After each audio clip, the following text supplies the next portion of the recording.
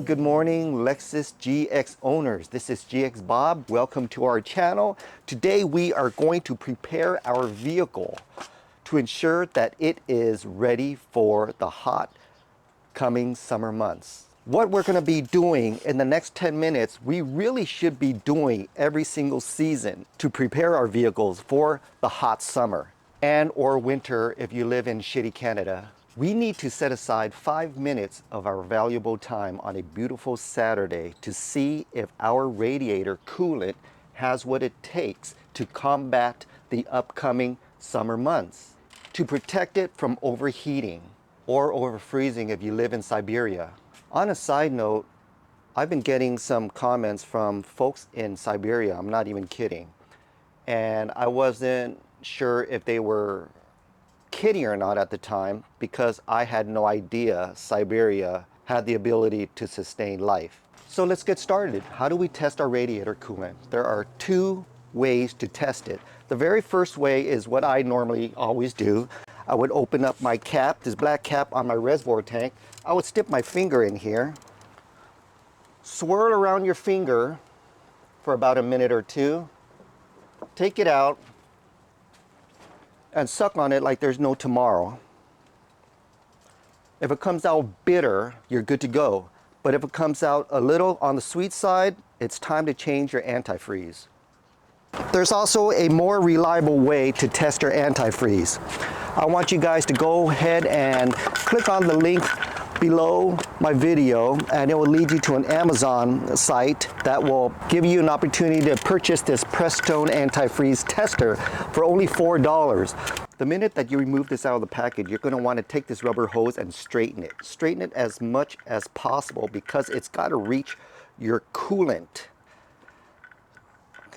So that's why it's also super important to make sure your coolant level in your reservoir tank is at the maximum line in order to reach this rubber hose. Okay, come on. Take your rubber hose and submerge it into the coolant completely. I want you to take the rubber bulb right here and squeeze it fully, let go and watch the coolant fill the clear vial to the top. Shake the vial to get rid of any trapped air. Now go ahead and re-angle your vial until it is straight up and down to get an accurate reading. Note where the arrow is pointing and record your boiling point reading. Mine reads 268 degrees Fahrenheit. Now go to your coolant bottle and see what your coolant water ratio is. Mine is 50-50. Look at this chart to determine what your boiling point protection is.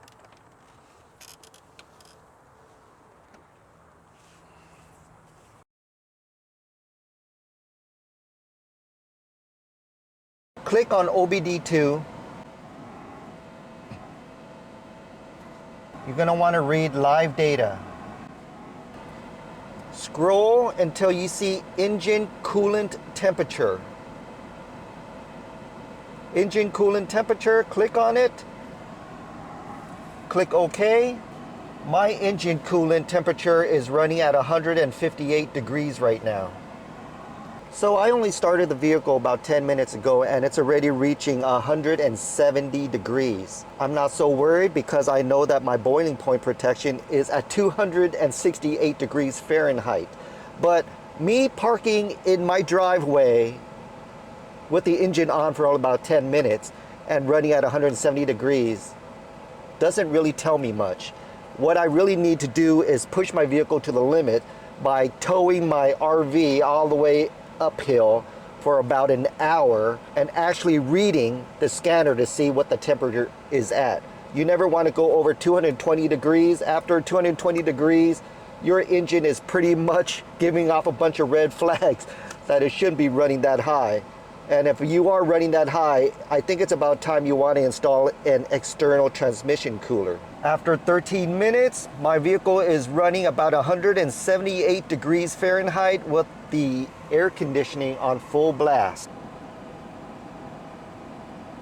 So after about 20 minutes, my engine coolant temperature is averaging about 181 degrees and it's not fluctuating up or down. It's pretty much staying at 181 degrees, which is perfect. So why are we doing this?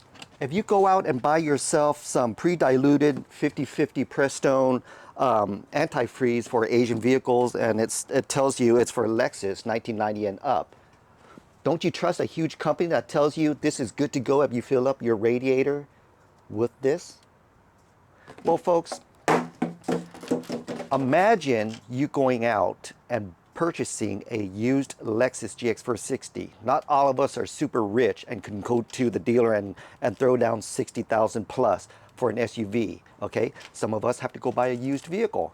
And when you go buy a used vehicle, you have to honestly trust the maintenance done on what the last owner did. If he tells you that he already changed the engine oil, he changed the tranny oil, he changed the power steering fluid, he changed the radiator coolant, are you going to go based on his word, or are you going to take that vehicle home and you're going to do all of that knowing that he already said he did it?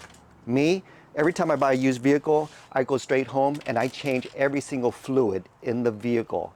So let's just say that the radiator coolant was replaced prior to you purchasing the vehicle. Do you know if it was 50/50 coolant to water ratio? How do we know he didn't top it off with more tap water because his engine was overheating, or he got some evaporation going on, or his reservoir tank was boiling? How do we know? We don't know. So this is one of the sure ways of guaranteeing that the coolant inside of our radiator going through our system is at the boiling point that it should be. Never trust anybody else's word. Do everything yourself. Even when I take my vehicle to the Lexus dealer, I always double check and verify myself that they did it right. And the only way to do this is do the job yourself. And that's what we're here for, guys.